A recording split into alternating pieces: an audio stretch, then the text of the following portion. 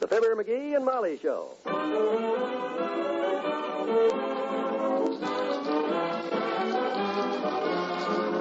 NBC and Papermate Pens present Fibber McGee and Molly transcribed. The show is written by Phil Leslie and Ralph Goodman and directed by Max Hutton.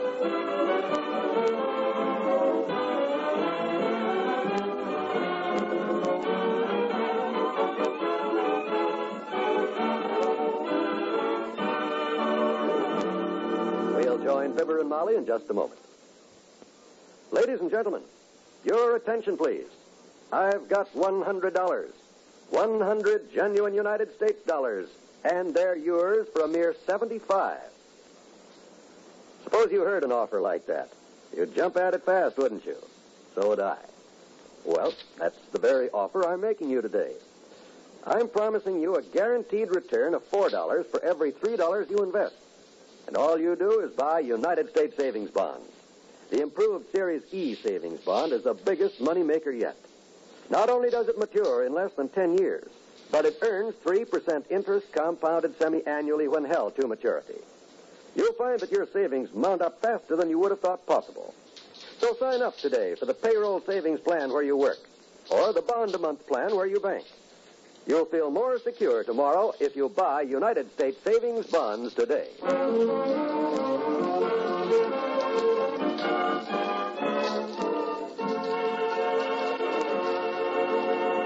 There's a Candid Camera Fiend loose at 79 Wistful Vista today. He's been loping around the house all morning with a candid camera and a fiendish look, crying, "Hold it, kiddo, hold it." Gotcha. Oh, McGee, will you stop snapping my picture every time I turn around? I'll never get this housework done. Well, which is more important, Tootsie? The housework or that $50 prize the camera shop is giving for the most unusual picture of the week? Look, I've got an idea. Why don't you do the housework and I'll take your picture? That'll be the most unusual snapshot since Mr. Bell took Mr. Howell coming out of the Kodak factory. Hold it, kiddo, hold it. Gotcha. Oh, that was a swell shot, Molly. McGee, will you stop it? My hair is a mess. This kitchen is a mess. Don't take pictures like that. That's the kind of stuff a good photographer wants, Molly. Real-life pictures like that win prizes. Pictures like that get the photographer killed, too. That one ought to be great. With that stack of dirty dishes in the background, your hair all mussed, and that dish mop in one hand and the dust rag in the other, that's terrific. I already got a title for it, too. I'm going to call it The Housewife, a study of American womanhood in action. Why don't you call it My Mama Done Told Me, but I wouldn't listen. Now, look, you run take the parakeet, or better still, take a nap. I've got work to do. Well, I probably already got the prize-winning picture in all the shots I took this morning, but I'm going to take no chances. I'm going to really sew it up. Good. Sew it upstairs on my sewing machine while No, I mean the contest. I got 40 rolls of film and 40 entry blanks, and I'm going to shoot the works. There's two things, of course, that give me an edge in a contest like this, you know. Two things. One, of course, is my natural talent for taking unusual snapshots, of course. I won't argue that, dearie. All your pictures are unusual. Yep, and the other thing that gives me an edge is this terrific camera of mine. This little German Anthrax with the F-33 pure glass lens and focus plane shutter. It's the only one of its kind in town. You know that? I'm not surprised. People are getting smarter every year. They don't make these cameras anymore, you see. I got one of the very last ones. Factory that made the little German Anthrax was bombed out during the war. Not a minute too soon, I might add. I've seen the kind of pictures that thing takes, you know. That camera's cut off more heads than Henry VIII. Oh, that's not the fault of the camera. Gee whiz, that's the way they develop them.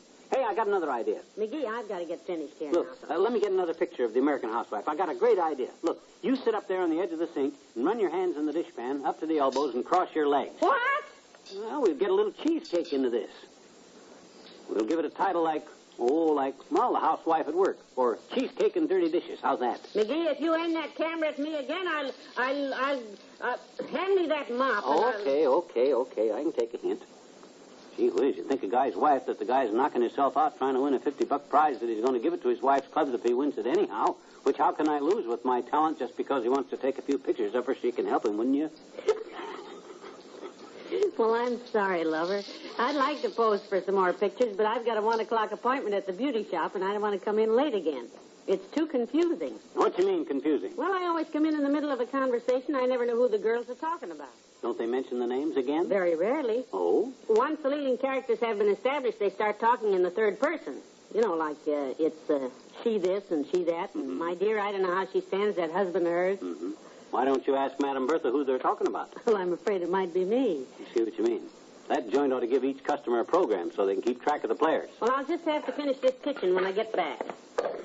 Better get my hat and run. You know how long you have to wait for that 14th Street bus. Bus? You going on the bus? Yes, and I better rush. I'll be back about 3:30. Hold it, Molly. Hold it. I'll go with you. There's always something unusual happens on that 14th Street bus. I might get just the picture to cop the prize. Well, hurry, will you? Wait till I fill my pockets full of film and grab my hat. Last time I rode that bus, a fat lady with a bundle of laundry tried to get on just as an umbrella salesman got off, and boy, oh boy, if I'd have had my little German anthrax camera there, I'd have...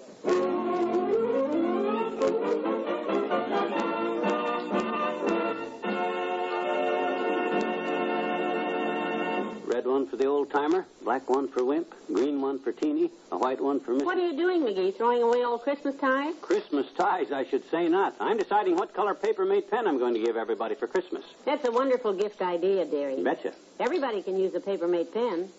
Your taste in pens is much better than your taste in neckties. That's the idea, Molly. You don't take any chances when you give a paper-mate.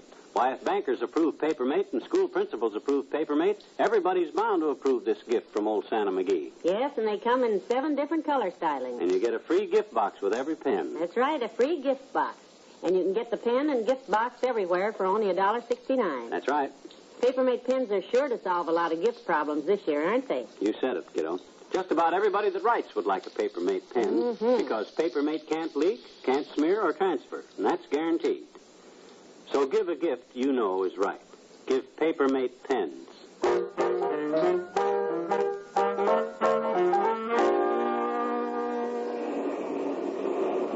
minutes we've been waiting for that bus. Where is he, anyhow? All the time's not being wasted, Molly. I've been shooting pictures right and left while we're waiting. Here comes the bus. Well, thank goodness.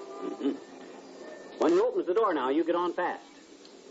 This guy just loves to slam the door on people's coats so they can't sneak to the back of the bus without paying my fare. I have 2 dimes in my change purse, so I'll pay the fare. Save your money, kiddo. I got a gimmick. We can ride free. McGee, you're not going to try flashing that chicken inspector badge again. You know what happened the last time. No. Watch it. Look out.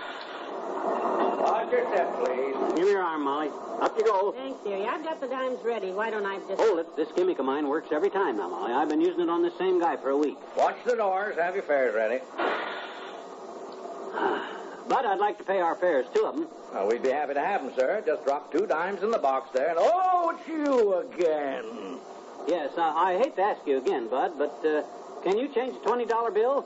Seems like I got nothing but a 20 again. If you can't change it... Hold out your hand. Huh? I've been waiting for you, Mac. Hold out your hand. Well, but gee, Here's your change, $20 worth in pennies. Yeah, but wait, I don't...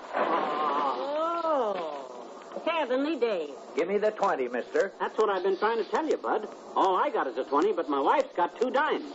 Drop the dimes in, Molly. Oh, all right. What? So, I don't need your pennies, Bud. Here they are back. You dropped the rest of them on the floor. Oh, for the... I ought to... Come on, Molly, let's sit in the back. Hurry up. If I didn't have a schedule to make, I'd bust him right in the nose. Frankly, I wouldn't blame him if he did, dearie. That was a silly trick to pull. My goodness. It sure was. Nobody's going to put one over on me like that. Well, grab a seat. I'm going back in the back of the bus and take pictures. Yes, why don't you go in the back and go on the seat? Molly, you sit here with me. Hello, Dr. Gamble. Glad to see you. Well, if it ain't the big round doctor with the little flat head. Hiya, Lumpy. Sit down, Molly. Thank you, Doctor. Yeah, you can sit on the outside 1.5 inches of the seat, Molly. The doctor's using the rest of it. Is that really all of you, Fatso? Thought you were holding a Blue Surge basketball in your lap. Oh, McGee, don't talk like that. I'm sorry, Doctor. As a matter of fact, you look lovely today, George. Thank you. Where are you going all dressed up with that white carnation in your buttonhole? Going to be a pallbearer for one of your patients? Again? No, but you're sweet to think so. I'm going to go raise the window and shoot some pictures, Molly. Call me at our stop. All right, dearie. Say, you are dressed up, Doctor. Yeah, I'm on my way to the library, Molly. Pick up Miss Callahan. Oh? We're going to the Kasbah for lunch. The Kasbah. Uh-huh. Is that the little place on Oak Street with the candles on the tables and the gypsy violins? That's it. I've been looking forward to this all week. Yeah, I can imagine. They have the greatest triple-decker sandwiches you ever saw. Bacon, cheese, chicken, anchovies. Oh, it's sensational. Oh, how romantic. Say, what's this snapshot routine your little man-child is engaged in? Look at him leaning out the window there. Somebody give him a roll of film? Oh, far from it. You know, he has about $25 invested in film and stuff. There's a contest at the camera shop. Oh, say no more. You have my sympathy as usual. Thank you, Doctor. I knew you'd understand. I suppose he's shooting everything in sight and making a general test of himself with Hey, all I'm the... getting some swell pictures out of that window, Molly. Be careful now. Character studies, mostly. Got a wonderful shot of a guy shaking his fist when we hit that mud puddle at the last corner. Elm Street next. Elm Street. I'm glad we don't get off there, McGee. They're tearing up Elm Street, and is it a mess? It's a sea of mud. I got my car stuck there yesterday. I don't know what this city is thinking of, tearing it up when there are so Hey, many... that woman up front's going to get off at Elm. I better get back to that window. When she steps off into that mud, I'll get a picture that'll be the greatest picture since... You know, he has a great feeling for humanity, that boy. Well, now, when he enters a contest, Doctor, he really goes all out. I mean, it isn't his fault that the lady has to step off in the mud. Elm Street. Watch your step, lady. Look at him back there. If he gets the picture he's trying to, it should be a dandy. Yeah, he wants to win that contest so badly. Hold it, driver. Wait, don't close the door. I'm getting off. Hey, what's the matter, Molly? lady? Come on. Come on, Doctor. Get off with me, will you? McGee just fell out the window. Oh, dear, the poor lad.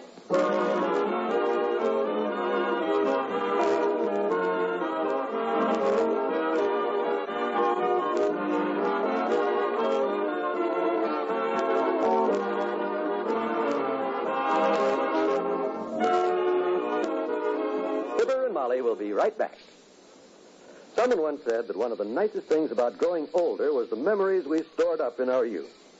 All of our memorable occasions are different, but all of them have one thing in common. They recall pleasure-filled times of days gone by. Every Thursday evening on the NBC radio network, one of show business's greatest entertainers, Eddie Cantor, digs deep into his memory book to recall the little-known stories about the wonderful entertainers he has known down through the years.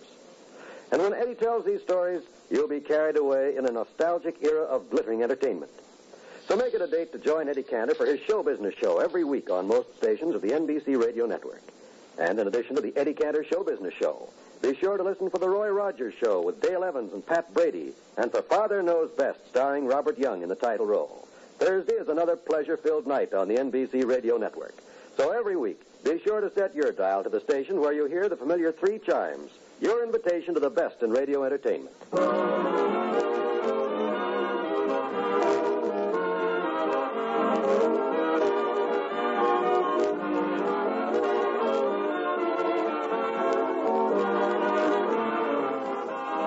I'm sorry you had to skip your beauty parlor to bring me home, Molly. That's all right, dearie. I think one more shampoo will get the rest of that mud out of your hair.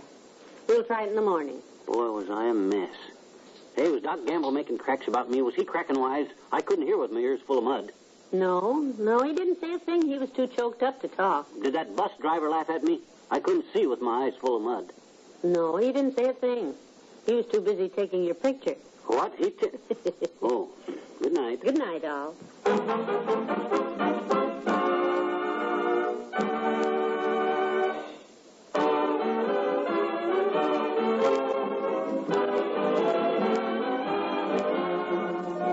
NBC and Paper Mate Pens have brought you the Fibber McGee and Molly program, transcribed with Arthur Q. Bryan as Dr. Gamble and Joe Kearns as the bus driver.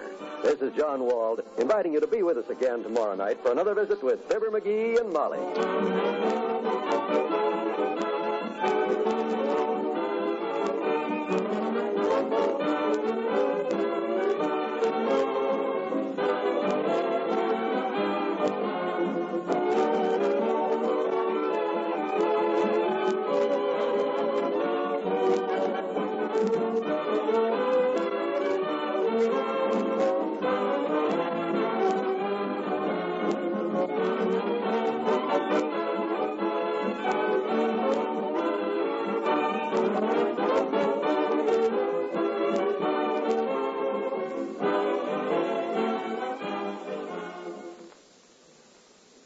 Like music? Enjoy it Mondays on the NBC Radio Network.